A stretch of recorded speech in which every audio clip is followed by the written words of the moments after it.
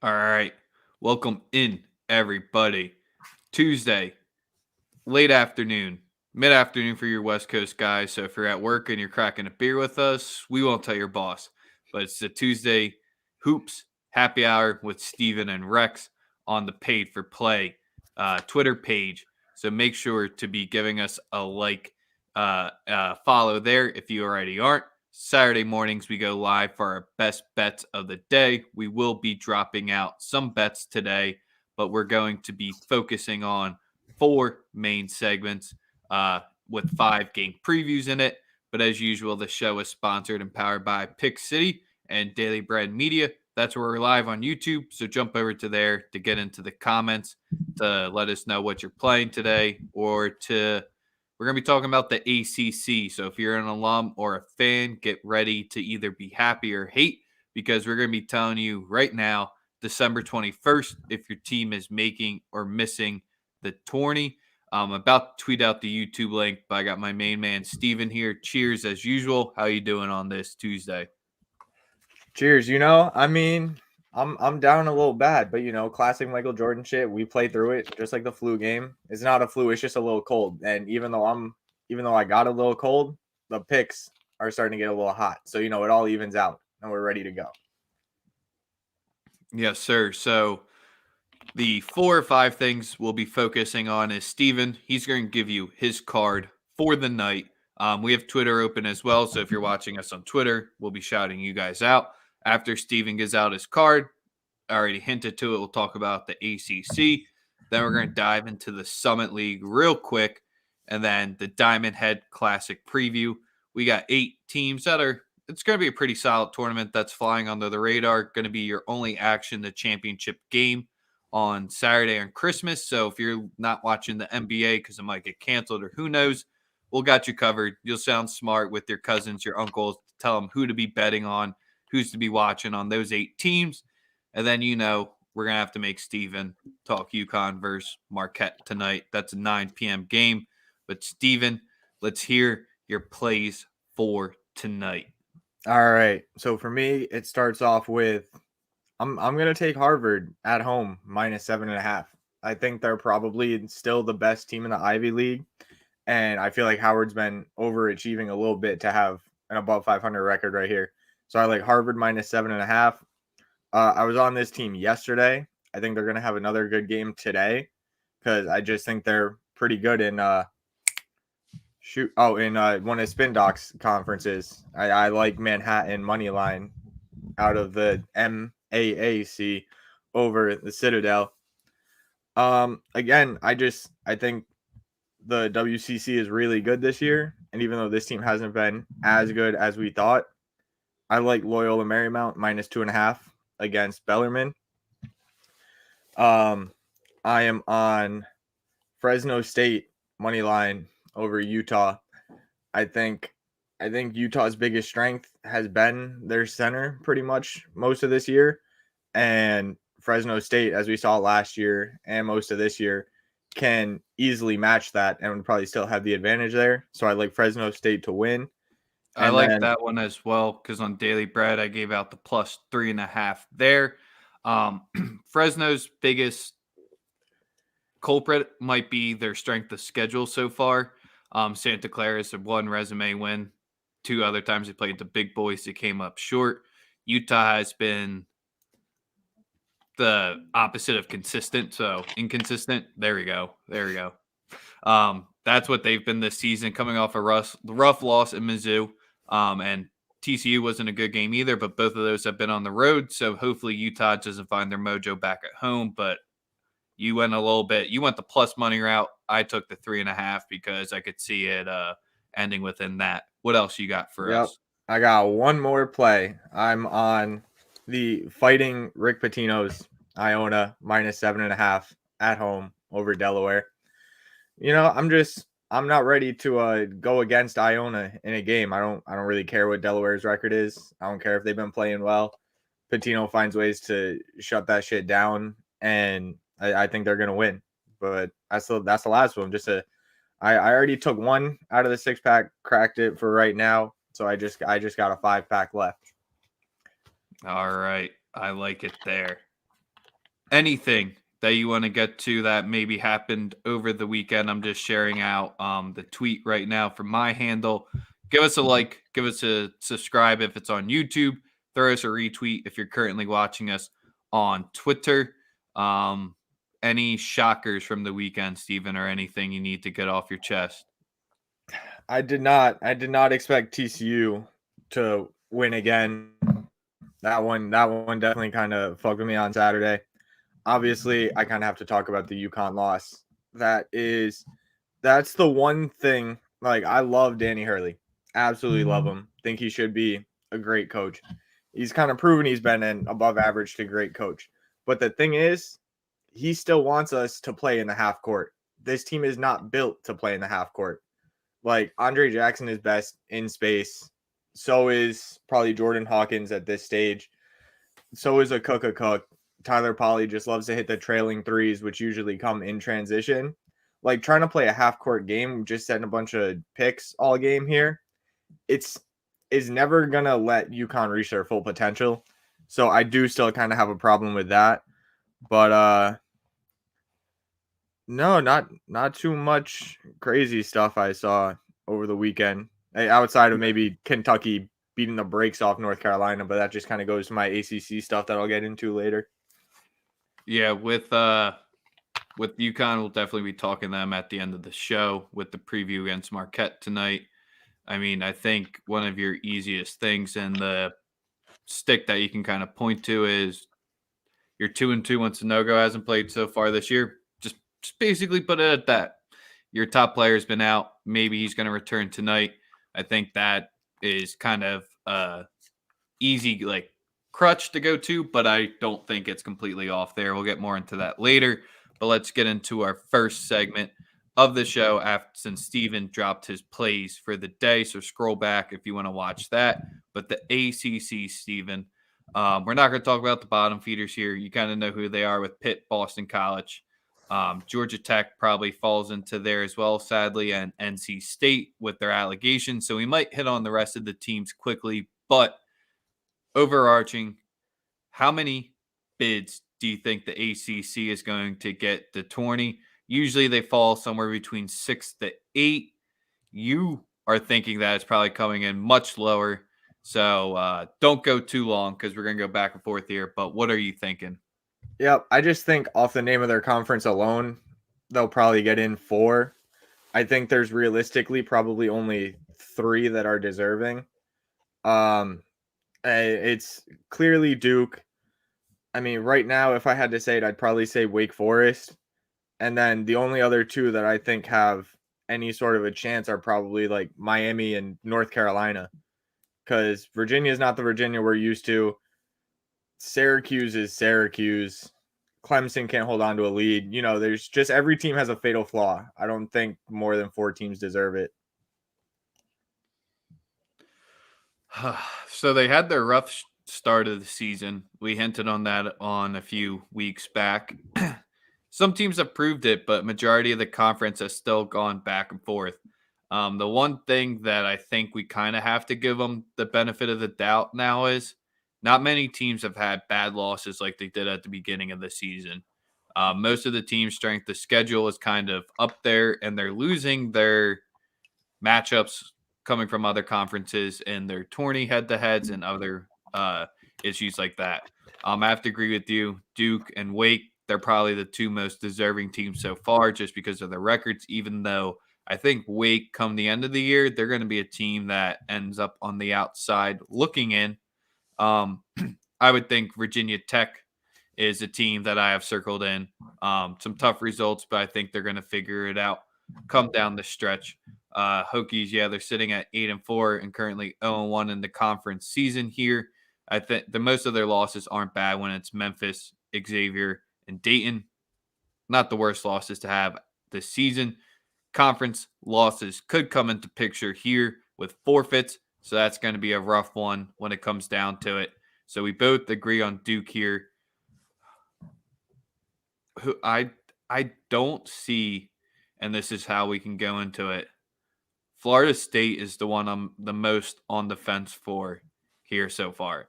I never want to count out Leonard Hamilton and the squad because they'll usually figure it out.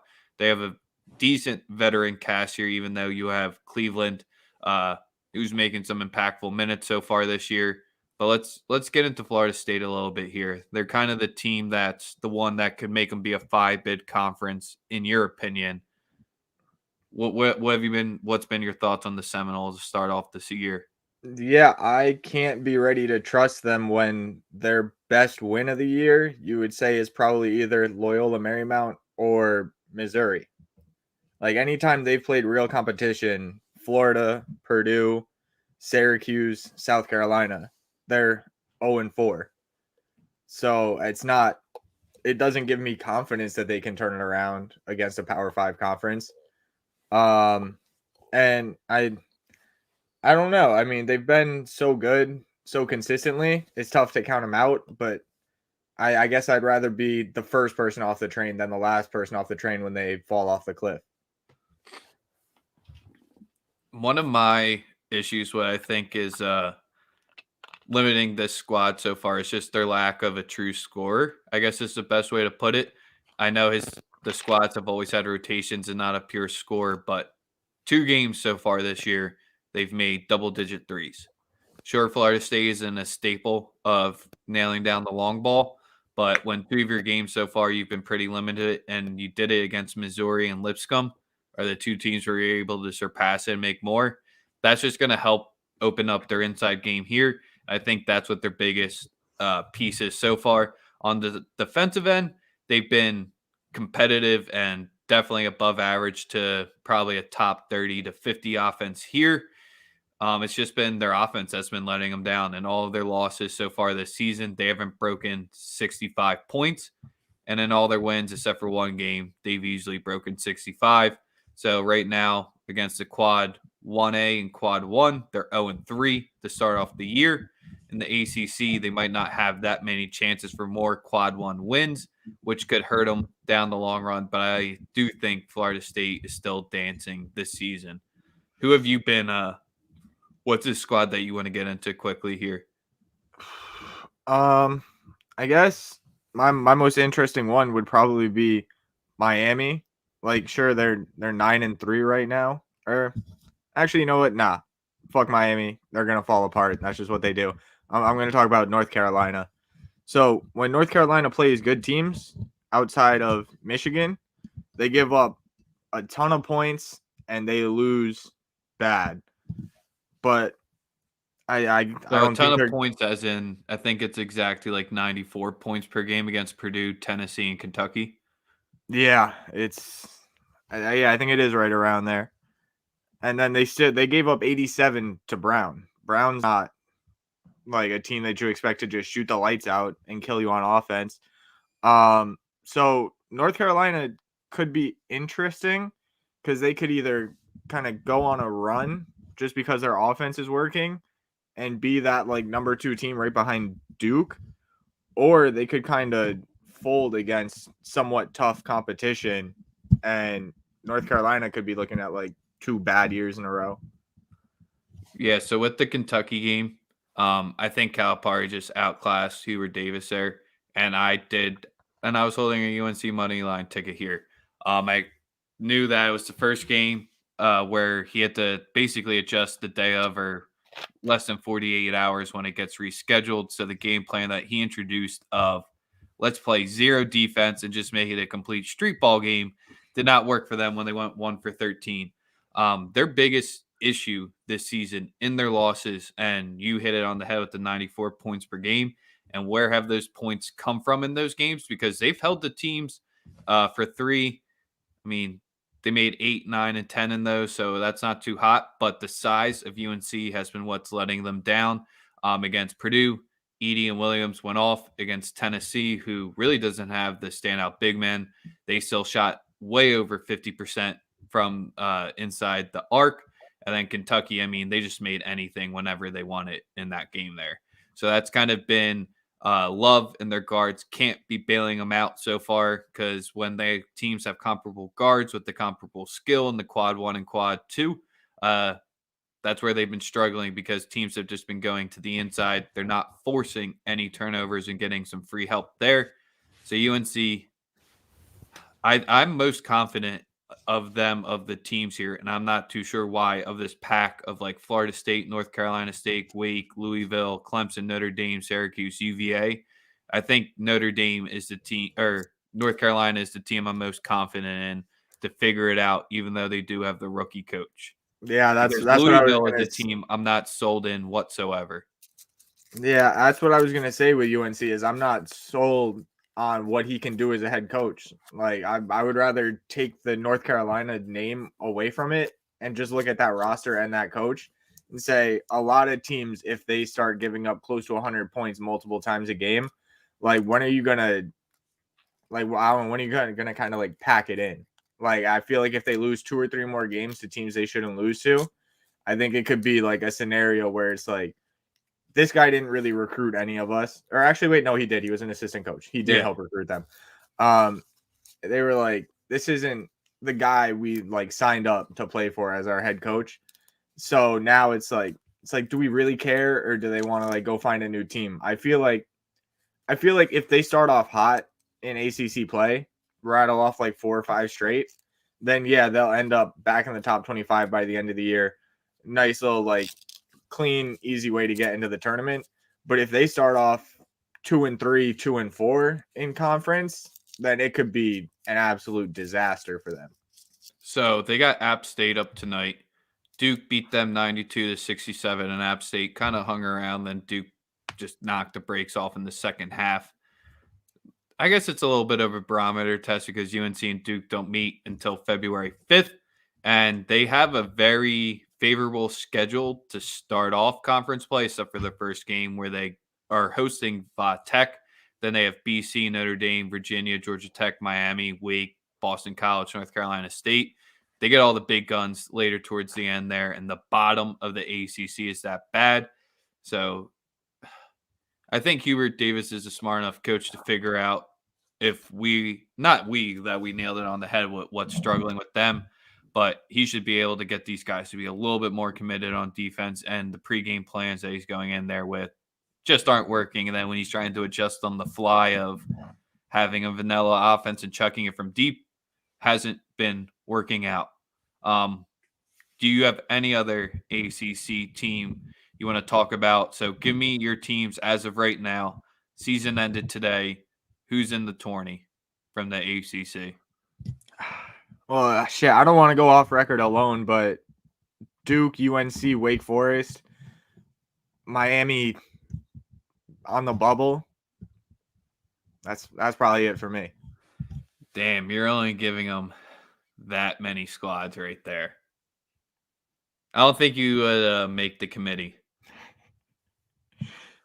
Louisville would definitely get in there right now, even though because they have one of the toughest strength of schedules, and they're sitting at 7-4. Duke obviously would make it.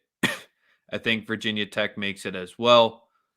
UNC would have to make it, and that's kind of basically where I would cut it off at. Wake would make it probably just because they're 11-1, but past that, the other teams have a lot to be proving, and that Virginia would be my bubble team there because Providence just continues to grow and grow into a better win that people probably weren't expecting.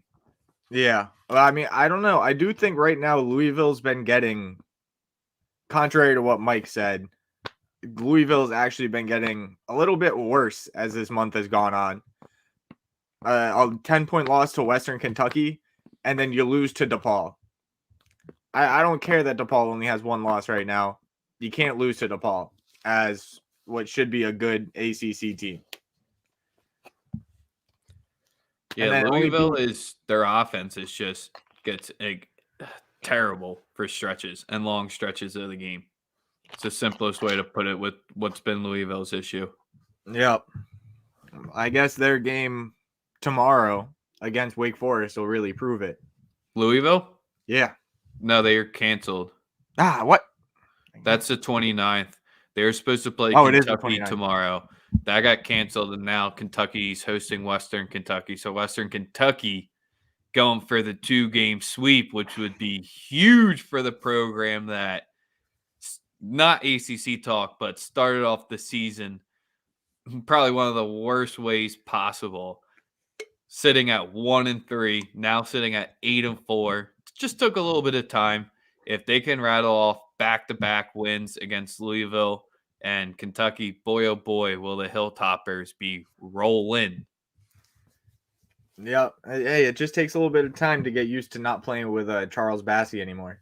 Wait, he did leave, right? He's not still Yeah, on the he's on the roster. Sixers. Okay, yeah. Yeah, I thought I was right there.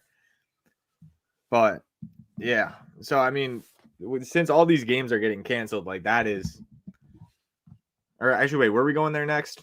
I don't know. I feel like it's a pretty good We're going to transition. the Summit real All right. quickly here because, Steven, if you're going to be right about the ACC only getting 4 bids, that probably means the Summit potentially could be stealing a bid here. As it currently stands right now, South Dakota State and Western Illinois, are they potentially both in? I mean, as long as one wins the conference tourney, the second one could potentially get a bid. Western Illinois had a struggling game with Denver last night, but they still pulled out the win to start off the conference season. So there's 4 teams that I think are in contention.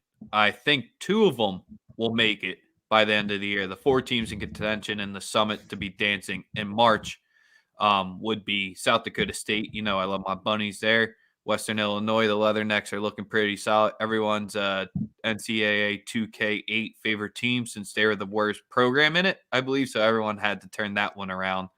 You know, Oral Roberts, O'Banner's gone, but A. Smith is still there. Defense is non-existent, but they're still competing with the best of the best. And the last one at North Dakota State, 8-4 in the season. A little bit questionable here, but I think it's a team that could shock some people if they go dancing. So I think 2 of the 4 will ultimately make it. And the way I see it going is I think South Dakota State, they're going to be a team that's ranked from the 15 to 25 marker starting for for the rest of the season, because I think they're probably going to be hanging around the 4-loss to 6-loss marker come the end of the year. And then going into conference tournament, I think they go out just from their style of play. I don't see them winning the conference tourney there. And then as long as Western Illinois gets that dub or whoever else gets it, I still think South Dakota State goes dancing. So my projection here on December 21st is that we get South Dakota State and one of those other 3 teams dancing in March. It's going to be wild because the Summit, I don't know when the last time the Summit got a 2 bids. Yeah, I'm not sure when the last time would be either, if they've ever done it. I mean, South Dakota State has one of their toughest parts of the schedule right now. They got Oral Roberts tomorrow, I hope, and then North Dakota State next Thursday. So I think South Dakota State's played the toughest schedule. They have the best wins. They would be the team I wouldn't want to necessarily win the conference tournament if they want to get 2 bids. Yep, that's exactly where they'll have the best resume to get in as an at-large. And then I don't really see it as much with North Dakota State, but Western Illinois has just been solid that they could just come in and win the conference tournament. And then Oral Roberts is just like, Oral Roberts could finish the season around 500 again, and then A. Smith could just go off for 3 games in the tournament and they get in. So I don't even think Oral Roberts necessarily cares as much about their regular season record now that they're already 7-5. I think they're just game planning for how are we going to get this team right for March to try to make another run with one of the best players in the country. Yeah, and Oral Roberts has had one of the toughest schedules as well. They weren't really scheduling a bunch of nobodies and sitting at that record, which North Dakota State did. I just think North Dakota State's going to probably eat up on most of the Summit because past those 4 teams, the drop-off gets a little significant there. So that's why you never see this league get 2 bids, because this is the first time that they've had actually 4 contenders in a while here, and South Dakota State just isn't running away with the conference. So, we had to get our mid-major talk in here. Now let's get into the Diamond Head Classic. So if you want to go ahead, pull up our promo tweet for the episode today. That gives you the bracket here. This is happening in Hawaii, so we're just crossing our fingers that everything goes well and according to plan, because that would really suck if this ends up something bad happening to it. We don't want to put it out there, but you got 8 teams competing. Once they lose, they play in the knockout fashion or whatever, kind of like your Sacco tournament to fantasy football, with the champions meeting on Saturday on Christmas Day. Weakest team in the bracket, Steven. Is it Hawaii? I think it's probably South Florida. I don't know. I mean, Hawaii, you're probably right. Hawaii's probably the least talented team in the bracket, but the games are in Hawaii. I would like, especially if Hawaii's playing in like the late game. If Hawaii's playing in the midnight game, they could beat Vanderbilt. Vanderbilt's offense is not that good. Hawaii's playing pretty much at home. I don't know. I think Hawaii has just like the location advantage. I think South Florida can't shoot threes. BYU will kill them. So Hawaii least talented, South Florida lowest percent chance of winning anything. Yeah, and Hawaii, they're coming off a decently long break as well. They haven't played a game since the 8th, so this will be their first time in action, and they played Hawaii Pacific there. So their last game against legit action came at Santa Clara all the way back on November 30th. So that could be a little bit of a factor going into that game, because we'll just go quickly on Vanderbilt versus Hawaii, since that's one of the first games here. On FanDuel, Steven had the odds. You're able to see, you can check them out there. BYU was the favorite to win it, if you're just looking at that overall. So if you want to get a future in that cashes out by Saturday, that's minus money. Everyone else is at plus money. Jerry Stackhouse is kind of, because I did the rankings of the coaches here. I gave Hawaii the coaching advantage, but I think Stackhouse this season is kind of trying to change the narrative there. Probably the 2 toughest seasons out of your first 2 seasons as a coach, with COVID in both of them, and now the 3rd year still being a factor. You just see a little bit more of the resilience and the fight of a program that you will want to see, especially with Stackhouse there. Sure, the game against VCU was 48-37 grossness, but other than that, I mean, they look competitive and strong. They haven't gotten blown out in any of their games so far either, which was like the staple for them last season. So that's where I do think Vandy does get it across the line, but Hawaii definitely is going to make it tough. I just think there's just going to be a little bit too much rust off Hawaii, and Vandy has been a team where they haven't surrendered leads yet, and Hawaii is one where if they need to come back and rely on the deep ball, I think that's going to be an issue, because Vandy has had a top 50 2-point defense so far this year, surprisingly. Yeah, I mean, I definitely think it's going to be close. I'm just, my phone. Oh, wait. It's just kind of, I don't know. It's a game I just want to stay away from. Like that game and like the Northern Iowa game are just 2 games I do not want to really see, because I think that Liberty Northern Iowa game will also, I think both of those games are going to be kind of gross. And I think each of those two matchups, whoever wins that matchup, that's about as far as you're getting in this tournament. So I don't know. I mean, I think the Vandy Hawaii game is a little bit more of a toss up. And I think so for the Vandy Hawaii game there, let me pull up Ken Palm real quick, because these games are tomorrow. So we're going to talk about the betting angle in them as well, because let me see what Ken Palm is going to have the opening spread of and what you would play potentially in it based off Ken Palm's numbers. So Hawaii tomorrow, he has Vandy as a 6-point favorite. So I think it might open around 4 to 5 tonight. So if it is Ken Palm 6, which way are you going? Are you laying the 6 with Vandy, or are you taking the +6 with Hawaii? I would take the +6 with Hawaii, because they do play the midnight start time. So I don't know when Vandy flew into Hawaii to get acclimated to that time change. All the teams are in there today. They all were flying in today. I checked out their Twitter handles. I looked way too much at this meaningless tournament. Yeah, that has me leaning more towards Hawaii, because if Vandy only has one game or one day to get used to that time change, and they got to play at midnight against a Hawaii team that's been there and they know what that's like, give me Hawaii plus the points there for sure. All right. So then BYU versus South Florida tomorrow. Me and Steven both agree. I don't even have to ask, and we both see BYU winning. 16-point spread, Ken Palm projects.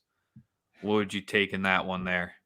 Or just completely stay away? Yeah, that's probably just a completely stay away. I mean, BYU is going to win. BYU is closer to Hawaii anyway, so they're not really doing the full cross country thing, but BYU haven't been blowing teams out. So I would never want to lay more than like 10 to 12 with them against pretty much anybody right now. So I wouldn't do it here either. Yeah, taking that plus 16 with South Florida definitely isn't something I'm going to be wanting to do, because their defense has been top notch. It's very solid. Only reason why they're probably not worse than 4-5, because that offense is bottom 15 so far this season. What we've seen: points per possession, efficient field goal percentage, shooting from anywhere in the field. I mean, they're 23.8% from deep. They're 44.5% from two. BYU's defense has been their strong suit year in, year out, when their offense is usually the piece that struggles more. That one could get ugly. So that's where I'm not dying to play that plus 16. But if you force me to, that's where I go. You said you want nothing to do with the Liberty Northern Iowa. I probably don't want to have anything to do betting wise, but I want everything to do watching, because that's a 3 p.m. Eastern start tomorrow. So a little bit of mid-work action you can get to, where Ken Palm has Northern Iowa as a 1-point favorite. So we can expect this to be opening at Pick'em. And my biggest thing with this matchup is both of these teams have had very, very tough schedules to start. Northern Iowa significantly more than Liberty, in my opinion here. But Liberty is 7-4. You got Northern Iowa at 4-5. Coaches, I kind of rate them extremely evenly, trying to decide who is 3-4 in their rankings today. You could convince me either way. Jacobson has just been around a little bit longer than Richie has, so that's probably the biggest reason I'd go there. But in a toss-em, in a pickup where both teams aren't going to be looking for pace, I'm going to have to back Liberty here. That just has the better defense in a game that's going to be slow. I would have to put my money behind the stronger defensive side. Yeah, I'd be on the same side too. I'd take Liberty. I would also strongly look at the under. Just the first game of the tournament as a tough time for them to play. And neither offense has been all that great anyway. So I mean, if the under's anything over like 120, I would probably take the under. Yep, and then the last game of the opening way, and then we're going to give you who our winners is. And on FanDuel, you can get the odds and bet on these futures here. So BYU sitting at minus 130, Vandy's plus 600. Then you have Stanford at plus 650 and Wyoming at plus 850. And the reason why I want to rattle off those odds is if you're an arbitrage person or want someone that could potentially have a future, I think you could put like a quarter unit on both Stanford and Wyoming here, because I do think the winner of this matchup, as Steven alluded to earlier, probably gets to the finals here at the plus 650 or plus 80 point. Yeah, they're going to be dogs to BYU, but on the island in a 1-game scenario on Christmas, that is not the worst thing that could make you make your Christmas a little bit better late at night.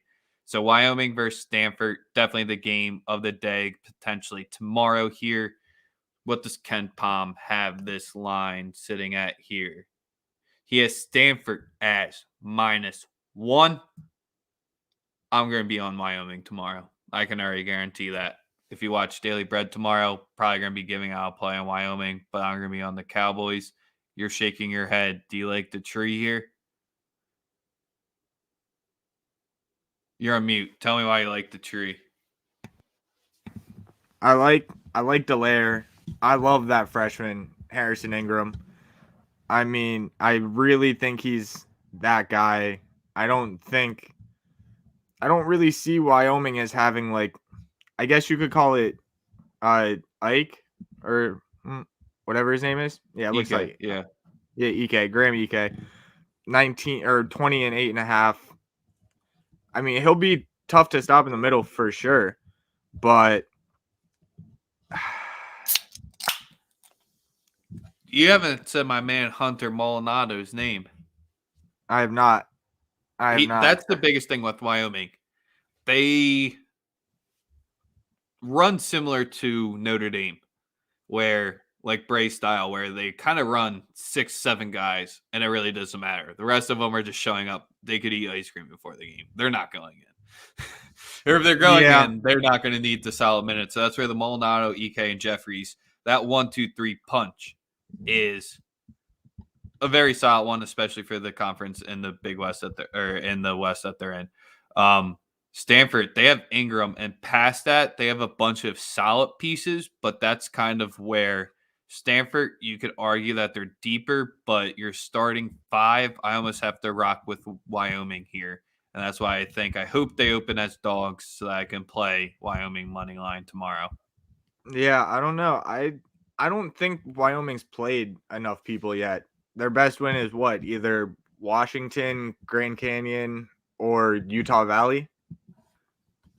Strength of schedule is not in their favor whatsoever here, because their Arizona game, the one time they played competition, because this might be one of the teams that has the weakest strength of schedules that we've talked about. Yeah, because I mean, you got Stanford right now, who's already played Santa Clara, Baylor, Colorado, Oregon, and Texas. I think this is almost just like a who's more ready for the game. And I think Stanford's played tougher opponents. I think they're more it should be a close game. And I think coming down in a close game, I want the team who's already had those experiences this year. Wyoming hasn't. They've either blown teams out or they lost their one game by like 30.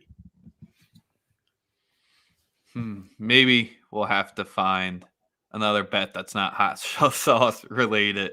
Well, it doesn't have to do with Yukon, so that is off the table. So winner overall. So just to give you another quick little recap, we tweeted out the bracket. So the winner of Liberty, Northern Iowa would play the winner of Wyoming, Stanford, and then BYU, South Florida. Winner of that would play Vanderbilt, Hawaii, and then the winner of the first 4 would play obviously the other one. So Steven, what's your finals in this tournament on Christmas, and who do you think is going to be cut? They'll probably cut down the nets. Well, I will not. And odds wise too, if you want to say anything about odds, since I gave out 2 thoughts on that. I will not bet on a team that's minus money in a tournament. Like if it's going to be a 3-day tournament, I'm not letting even if it's only minus 130, bro. They're going to be like 6-point favorites against everyone until the finals. Nah, see, that's the thing. This is going to be one of those those like story type tournaments where Dayton takes Kansas to overtime. Because Stanford, they're the trees. Guess what? Guess what day the championship's on? Christmas. You know what everybody's got on Christmas? Christmas trees. Therefore, Stanford plus 650 winning the Diamond Head Classic. Whoo! And they're playing BYU, I'm assuming. Yeah, they beat BYU in the final. Because, hey, actually, sound logic. I cannot argue that people have trees in their house at this time. I cannot argue that. Exactly. But I am going to disagree with, I think Wyoming gets out of there. Liberty's definitely, they're the best sleeper, in my opinion, because Vandy's odds are way too at plus 600. No, thank you. So that's kind of where if you want to take a longer shot, you would just take the winner of Liberty versus Northern Iowa, whoever you think wins that game. That's your long shot because let me see. I still have that picture up. Liberty is plus 1,000. Northern Iowa is plus 1,200. So if you want an ultimate long shot that could potentially pay out Saturday, you think who's going to win that one. I do think BYU is cutting down the nets. I would not recommend the minus 130. I think Vanderbilt does cover when they play BYU. So maybe be looking out for Daily Bread for that one. But I have BYU versus Wyoming for mine with BYU winning. All right. I can see it. I don't know. I think mine just has that little bit of Christmas magic that we need for the end of this week. Stanford is one of those teams that never ever get a good read on it. Usually happens with the Pac-12 teams. Usually does. I'm sure Mike would be yelling at us both right now because that's all he cares about are the Pac-12 teams. Hey, he took Cal to the championship. It's good. It's good he can do it on there because that's the only place Cal will see a national championship. All right, so game of the night. Is this game of the night or is Nova Xavier's game of the night? Both teams are ranked. Sorry, Steven. But the 9:00 game, once NFL games are wrapping up, this second half could be going on, and I think this game does come down to the wire. And yes, you are the Yukon fan, so talk to me about this matchup here. Well, it goes back to what I said at the beginning of the show. Yukon needs to run because Marquette's going to find a way to run regardless. And if they're running and they just have that many more possessions, they're going to find a way to win. If we're trying to slow the pace down again, take off like 25 seconds on the shot clock whenever we have it, and take bad shots, we're not going to win. It really is that simple because Marquette's not bad enough where Yukon can play a game less than their best and expect to come out of there still winning the game. So I'm not excited for it. I do think if you just look at each roster, Yukon is more talented. They should be favorites if they had everybody there. Sonogo is going to be iffy. Even if he does play, they said it's going to be on limited minutes. So I would, if I had to bet the game, luckily I can't bet the game because I'm in Connecticut, but I would probably take Marquette plus the points. God damn it. I gave out that play. I'm on the plus 4.5. I gave that out on Daily Bread. And I don't like that because usually when you're rocking Yukon, like the West Virginia time, I mean, both teams aren't anywhere where they want to be to start their season. And Marquette's coming off 2 hard losses against UCLA and Xavier, which probably going to happen to Shaka Smart's first year here where the transfer Marcel and Lewis, the freshmen, are your 2 key pieces, and they're both brand new to the campus. Tonight could be a potential bounce back spot there. That's my biggest issue, and the one reason why I was a little hesitant to play the 4.5. I don't know who's going to be the shutdown guy for RJ Cole because you're just going to see a bunch of inside game here because both of these teams have the size. You're correct about the pace, and UConn's been defending the middle well. Sure, Marquette's 45% of their shots are coming from deep, so that might not matter at the end of the day. But the one way Marquette has beat up teams like K-State after getting the deep ball in, they punish them in the middle. Yeah. I don't know. I think that's almost RJ Cole's problem sometimes. He's great. He can lock down guys on defense. He can be the guy on offense from time to time. But I think sometimes if another team starts to go on a run, he takes too much of it onto himself. Like he had to do at Howard, and he'll start taking bad shots. Like you won't need somebody good to be guarding him. He can guard himself if the other team's starting to go on a run. And I mean, I don't know. Right now, I'm a little bit worried for both Yukon teams. Yeah, I'm going to talk about the girls for just like 1 second because You can get there in 1 second. My wrapping up thoughts on Marquette versus Yukon is Yukon just can't foul. You guys just love the foul this year. I know the aggressive defense, and that's what Hurley wants to get into the passing lanes and that you're going to take some silly fouls and do it. But you're just sending dudes to the line at insane rates and just putting yourselves in short rotation spots already without Sonogo. And the one thing that Marquette was doing great at the beginning of the season was they were getting to the line. You saw that when they beat Illinois, they basically lived there. So that could be the determining factor here is how many free throw attempts Marquette gets there, because before fouling, if Marquette's at the line 20 times, I think that plus 4.5 is a solid ticket. Yeah, I think so too. And I almost don't mind that they're playing physical defense. The problem is he's trying to do it too much with too young of a team. Like if you had 6 or like 5 seniors starting, then you can play physical defense because they know how to do it better without fouling. But you want a couple sophomores and like a couple freshmen to try to do that. Like they're not ready to do that at the college level yet. But I will be nervous about both of my Yukon teams until they can prove that they can stay completely healthy for an extended period of time. Because this year, the women are absolutely decimated by injury. Like people just want to say they're not as good. They were down to like 7 scholarship players. They were missing their starting point guard, their backup point guard, their third string point guard, which really like they could all play on the court at the same time. But still, like you're missing the 3 people who handle the ball the most for you. Like whoever says that we're not that good this year, they would. All I can say is they wouldn't want to see us when Paige, Azzy, and Nika are all back, because they would not stand a chance in any of those games.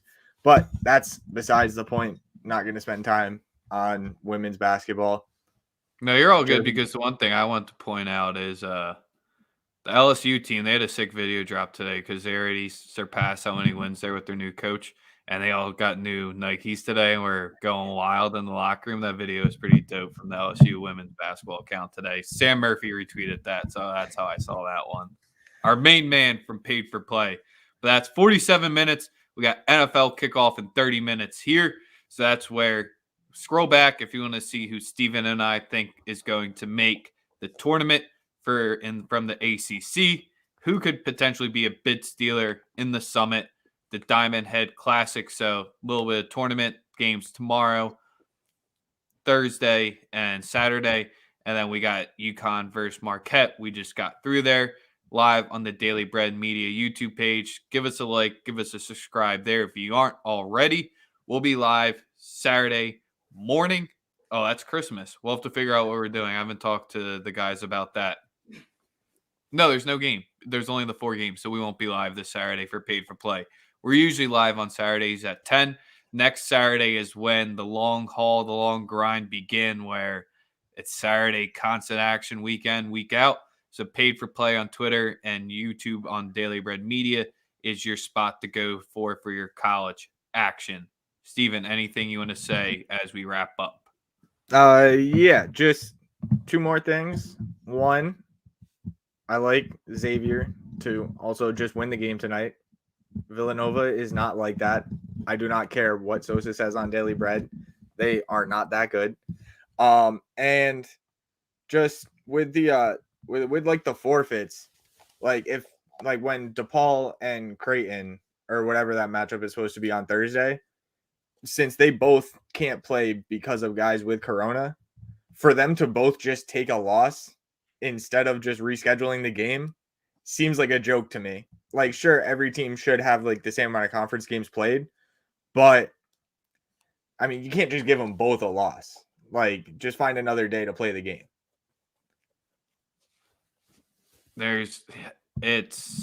I just really don't know what to say about it. You got games going left and right, conference games that are that, or non-con games don't matter, but conference games matter. I can see why. It's just a slippery slope. Who the hell knows what we're going to do? And then the NC State allegations and the appeal and the suspension, if they're going to face a postseason ban, take a look at, keep an eye on for that, because that could affect future rulings to come. Yep. Other than that, make sure you follow Steven. He's got the new Twitter handle for you for his bets, because he's an independent journalist, and probably best to keep those two separate. You know where to follow me on Twitter Other than that, Steven and Rex from Daily Bread Media, we are out. See you.